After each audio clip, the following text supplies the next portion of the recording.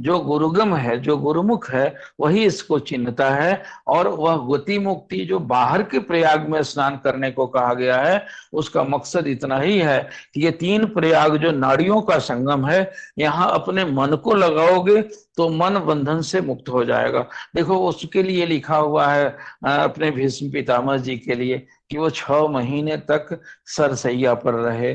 कारण कि दक्षिणायन की हालत में जो प्राण निकलता है तो आवागमन में जाना पड़ता है। उत्तरायण की हालत में जो प्राण निकलता है तो गति मुक्ति से हो जाती है। तो किसी ने ऐसे ही एक बार पूछा किसी संत से, तो उन्होंने बताया कि देखो नक्शे में ऊपर जो है उत्तरायण उत्तर होता है और नीचे साउथ पोल होता है।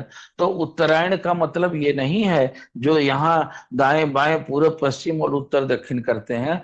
उसका मतलब यही है कि वो कैसे उसको वृत्ति को ऊपर ले जाने में इधर उधर भटकी हुई जो होती है उसको बटोरना पड़ता है। तो उन्होंने युद्ध किया, उन्होंने क्या क्या देखा, क्या क्या किया, इसमें तो वृत्ति भटकती ही है, लेकिन प्राणों पर संयम था। वो लोग इसी अजपा को सिद्ध किए हुए लोग थे। प्राणों पर नियंत्रण के चलते निकलते समय प्राण को उन्होंने 6 महीने लगे, उनको कहते हैं कि ये तो उत्तरायण से फिर दक्षिणायन नहीं बीच में किया उन्होंने, और तब उसमें प्राण छोड़ते हैं। योगी लोगों को जिन पर प्राणों का नियंत्रण होता है, वे मृत्यु के समय का आभास होते ही अपने प्राणायाम की क्रिया से, इस अजपा की क्रिया से उसमें स्थित हो जाते हैं और फिर अपनी इच्छा के मुताबिक ऊर्ध्व लोकों में। देखते हैं कोई मरता होगा तो कहते हैं कि ऊपर यहाँ ब्रह्मरंध्र फट गया, वहां मांस निकल गया। और किसी के मरने के बाद मुंह खुला होता है, किसी का कान से खून निकलने लगता है,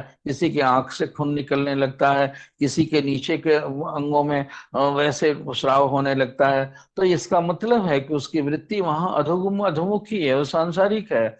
और जो योगी जन होते हैं, जो अभ्यासी होते हैं, उनके गुरु कृपा से ऐसे ऊपर की मुकाम जो ये त्रिकुटी के आगे के हैं, उन मुकामों में प्रवेश करके जहां कहीं से भी ये जो 7 मुकाम है ऊपर के, उनमें से जब से निकलता है तो वो फिर ऊर्ध्वलोकों को जाता है, इष्ट के ऊर्ध्वलोक में जाता है। तो इनकी क्रियाएं जो हैं, हम तो प्रयास भर करेंगे, उन योगियों जैसी क्षमता नहीं है, नाना संकल्प में बल है। उनके बताए मुताबिक जैसे बच्चे को बता दिया गया ऐसे पेंसिल से राम राम राम लिखने के लिए, अब एक स्थिति होती होगी कि आंख मूंद के भी कोई राम लिख लेता होगा। उसी तरह से गुरु महाराज जी ने बता तो दिया है, और थोड़ा प्रयास करेंगे।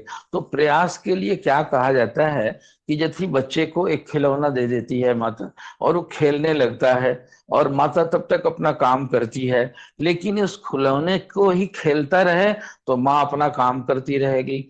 खिलौना छोड़ के जैसे उसको भूख लगेगी, तो खिलौना छोड़ के ऐसे पांव से दौड़ के भी नहीं जा सकता, आवाज इतनी मंद है कि उनको पुकार भी नहीं सकता है। तो करेगा क्या, आ करके और हाथ को आगे करके और पांव से घिसकते हुए माँ की ओर जैसे बढ़ेगा तो 100 काम छोड़ के आ जाएगी। लेकिन यदि खिलौने में ही निपटा रहेगा तो माँ को तो 100 काम है, वो अपने कामों में लगी रहती है।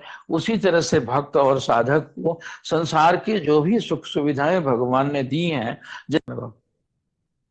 तो माता दौड़ के आके उस बच्चे को उठा लेती है, भले ही सब्जी जल जाने देती है। उसी तरह से ये श्री गुरु महाराज जी के उस ग्रंथ में देखा गया है कि महापुरुष जो ध्यान भजन करने वाले होते थे, तो ध्यान में सुरती अटकी हुई है, अटकी ही है, ये ऊपर को उठाना होता है। तो सुरती जिनकी चढ़ने में दिक्कतें होती थी, वे श्री गुरु महाराज जी का जब दरबार खुलता था, उस समय गुरुमुखों प्रेमियों कह के जो आवाज देते थे, उस समय अटकी हुई सुरती उनकी ऊर्ध्वमुख हो जाती थी, ऊपर हो जाती थी, और वे समाधि में चले जाते थे। बहुत सारे महात्माओं की स्थितियों के बारे में बताया गया है, उसमें भूमिका में आप पढ़ेंगे श्री स्वरूप दर्शन में। तो ये भी हालत होती है। हम सिर्फ प्रयास करेंगे, हम उनकी आज्ञा समझ के वहां बैठने की आदत डालेंगे, और आगे को ले जाना तो इष्ट के प्रति जैसे ही लगन, जैसे ही हमारा प्यास बढ़ती बढ़ती जाएगी, वे हमें ऊपर को उठा के ले जाएंगे। ये कार्य उनका है। जैसे माता पिता नीचे बच्चा खेलता हो और जा नहीं सकता, वो ऊपर से आके उतर के तो हमें ले जा सकते हैं, हम इसी लाइन के हैं। एक बिल्ली का बच्चा होता है, एक बंदरिया का बच्चा होता है। बच्चे के लिए बच्चा तो दोनों माताओं को प्यारा होता है, लेकिन बंदरिया के बच्चे को वो क्या देखते हैं, बच्चे उसी के स्तन से लगे होते हैं, बंदरिया के बच्चे। और बिल्ली के बच्चे को अब माँ खुद ही उनका गला पकड़ के ऊपर को ले जाती है। दोनों में अंतर है, ये बच्चा पकड़ा हुआ है और उसको माँ पकड़ी हुई है। तो बच्चे की पकड़ तो कमजोर है, वह उछल कूद यदि करता है ऊपर में, तो देखते होंगे कि बंदरिया डाली पर से कभी उसका मुंह छूट गया तो बच्चा बेचारा नीचे गिर के मर भी जाता है। लेकिन बिल्ली के बच्चे को मरते हुए नहीं देखे होंगे, कारण कि बिल्ली इस घर से उस घर इतना कायदे से उसके गले को पकड़ती है वो भी, और उस गले पकड़ को ले जाके कहीं का कहीं रख आती है। तो एक भक्ति का रास्ता हुआ और एक ज्ञान का रास्ता हुआ। ज्ञानी अपनी ध्यान चेतना से इष्ट को पकड़ता है, और भक्त को उसके पुकार को देख के, उसकी अर्ज को देख के, उसकी उत्सुकता को देख के, उसके प्यास को देख करके वह इष्ट उसका उसको माँ बन के खुद ही पकड़ लेता है, और जहां ले जाना है अपर लोगों को वहां ले जाता है।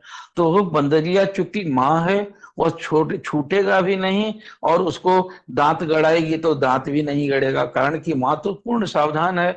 इसलिए भगत नहीं गिरता है, ज्ञानी का पतन हो जाता है। इसलिए दूसरे रास्ते से जो लोग बढ़ते चलते हैं, आज वह समय नहीं है। हम तो भक्ति और पुकार के रास्ते से ही ऊपर को जा सकते हैं।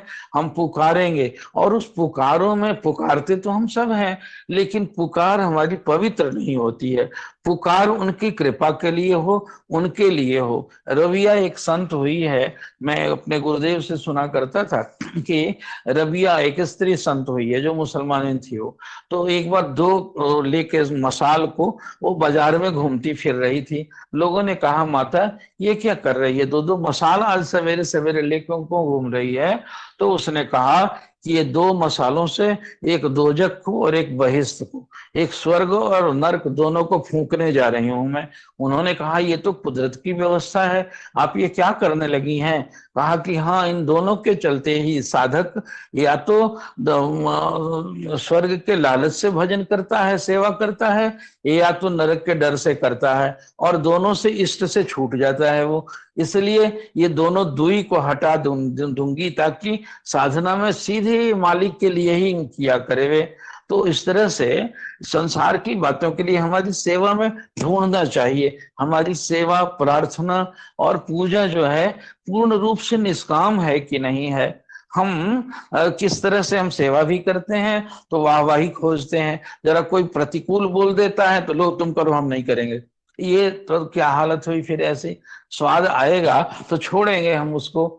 इसलिए भीतर का स्वाद नहीं आया है, ऊपर ऊपर मन बहिर्गुम बहिर्मुखी है आपकी। इसलिए सेवा तो अपने आप अमृत है वो, और अपने आप को ऐसा कर देगा कि उसको देखने के बाद जो साधक होते हैं, अजपा के साधक की चर्चा की है परमहंस दयाल जी ने, कि आनंदपुरी जी को कहा उनको अजपा सिद्ध था, सोहंग सिद्ध था। तो सिद्ध का मतलब क्या होता है? 24,600 जो सांस, 21,000 है, वह एक सांस भी पृथक न होने दिया जाए, उस मंत्र से अलग न होने दिया जाए, इसको सिद्ध कहते हैं वो। तो फिर आप पूछ सकते हैं कि तो फिर घर का कामकाज छूट जाएगा, दुनिया जहान में इतना व्यस्त जो कार्यक्रम है ये छूट जाएगा। ये नहीं छूटता है। ये तुम कहते हो कागज लेखी, और मैं कहता हूं आखन देखी। अपने सौभाग्यवश अपने गुरुदेव प्रभु के सेवा में देखा उनकी हालत को। हम लोग विद्यार्थी होते थे, जब कभी आते थे तो उनको किताब पढ़वा के सुनने का बड़ा शौक था। तो वो चुपचाप लेटे होते थे, तो कोई अच्छी किताबें ले लेके उनको सुनाते रहते थे। विद्यार्थी थे, कहेंगे और क्या करेंगे बच्चे, बेचारे को सुनाओ तुम। तो सुनाते समय में देखते थे कि वो सोने लगते थे, और सो के खर्राटा तक भरने लगते थे। खर्राटे ऐसे खर खर, तो रुक जाएं कि ऐसे लगा कि अब तो सो गए हैं, इसलिए चुप हो जाते हैं। और जैसे ही रुके तो फिर फट से आंख खोल के कहते हैं, क्यों पढ़ते क्यों नहीं है, रुक क्यों गया? तो फिर किया जाए, और फिर वैसे ही करें। तो अब लगे कि सो गए इतने गहरे नींद में तो उनको डिस्टर्ब होगा, इसलिए चुप हुए। जैसे ही जैसे चुप होते थे वैसे डांटे, कहा कि सुन तो रहा हूं, तू पढ़ता क्यों नहीं? तो अब बच्चे होते थे हम लोग, प्रार्थना करें कि महाराज जी आपकी नींद उचट जाती ना, इसलिए आप सो गए थे। इसलिए कहा कि बेवकूफ, तुम पढ़े लिखे लोग परीक्षा लेने आते हो क्या मेरी? ऐसे डांटा उन्होंने कि मैं कभी सोता हूँ? अब बताओ, सोता हूँ। सोना खाना तो शरीर का धर्म है, बिना सोए कोई कैसे रहेगा? लेकिन वो योगी जन सोते में जगते हैं और जगते में सोते हैं। ये निकट से जिन्होंने को अनुभव हो, देखा हो, भाग्यशाली जन है वे, कि वे सोए हुए हैं और जगी हुई की बात भी देख रहे हैं, सब सुन रहे हैं। वे जगे हुए हैं, हजार की भीड़ में भी है, और उनको सोने का रिलैक्सेशन मिल रहा है बुद्धि को। ये आपको अजपा ला सकती है। अजपा के अभ्यास से ऐसा होता है। और जो अभ्यासी शख्स हो, उसकी परीक्षा यही है भैया, कि आप खुद भी कीजिए और देखिए। जिस किसी के पास संत के भेष में हो, चाहे गृहस्थ के भेष में हो, यदि वो साधक होगा तो उसको देख के, उसके पास बैठ के, और आपकी वृत्ति अंतर्मुख होने लगेगी। वह भी चुप होगा और आप भी चुप होंगे। अपने जीवन में बहुत सारे महापुरुषों को कुछ दिन मौका मिला हिमालय के क्षेत्रों में एकांत में भ्रमण करने का। बहुत सारे 20 संत ऐसे मिले, लेकिन उनके पास जाके पूछे मत, संत से बातचीत न करो। ये कोई ऐसे कोई मैथमेटिक्स और फिजिक्स का क्लास थोड़े है कि मैं पूछूं और वो बतावें। वह तो आत्मा का विज्ञान है, जो भीतर भीतर से जो आत्मा सर्वज्ञ उनके अंदर में है, वो मेरे अंदर में भी है। यदि आप उसके निकट हो, यदि उस सेवा से, भजन से उसका आवरण आपका हटा हुआ हो, तो जिस स्थान पर, कहते थे मेरे गुरुदेव, कि जिसके पास जाते ही तुम्हारा विक्षिप्त और अशांत मन शीतल और शांत हो जाए, सहजता में आ जाए, वही संत है, चाहे किसी भेष और किसी देश का हो। उन संतों के आश्रमों पर जाने के बाद, पहले के वर्ष भजनानंदी साधक तो ये नहीं देखते कि हमारे आश्रम की टाइल कितनी अच्छी लगी है, हमारे आश्रम में ये मकान कितना बढ़िया बना हुआ है। साधु को इससे क्या लेना देना? परमहंस महाराज जी को तो जीवन भर इन आश्रमों को, आज के साधकों की कमजोर उनकी आस्था देख के ये व्यवस्था कर दी गई उनको रहने के लिए। आप सोचते हो कि कैसे खाएंगे, कैसे ठहरेंगे, क्या करेंगे, लेकिन असल में जो चीज सिखाने के लिए है। परमहंस महाराज से कहा कि महाराज, कुदरत की हकीकत क्या है? तो कहते हैं हकीकत बड़ी नंगी है, इसको कहा नहीं जा सकता। अब महापुरुषों ने पर्दा डाल के कहा, हमको छोटे छोटे लोग जान के उन्होंने बताया ऐसे करो ऐसे करो, अभी तो हम स्लेट पेंसिल पकड़ के लिखने वाले हैं। वो तो उनको जो कहा गया, तो उन्होंने कहा कि कुदरत के नाम का उपदेश करने के लिए मुझे जो आज्ञा हुई है कुदरत की तौर से, और जो जीव हमसे उपदेश लेने वाले हैं, वह उनके लगा हुआ हूं और कर रहा हूं।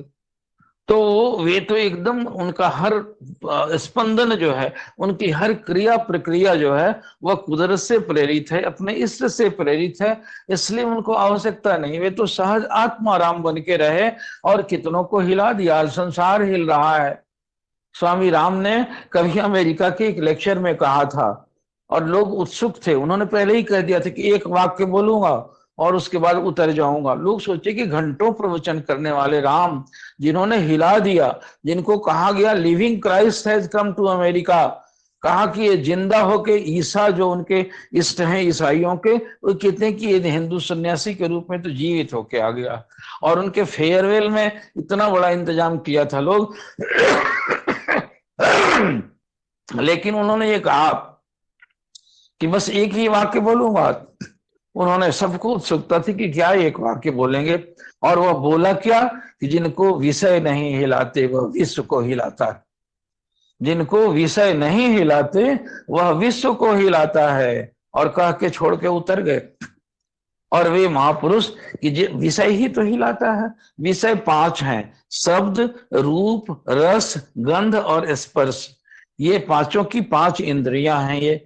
और इन्हीं के चक्कर में हरदम हमारा मन फंसा रहता है। या तो रूप में रखता है, या तो कान में जाता है, या तो होठ में जाता है, स्पर्श में जाता है, या तो आंख में जाता है ये। और इसको सब ओर से निकालना है, और कितना कठिन है ये। और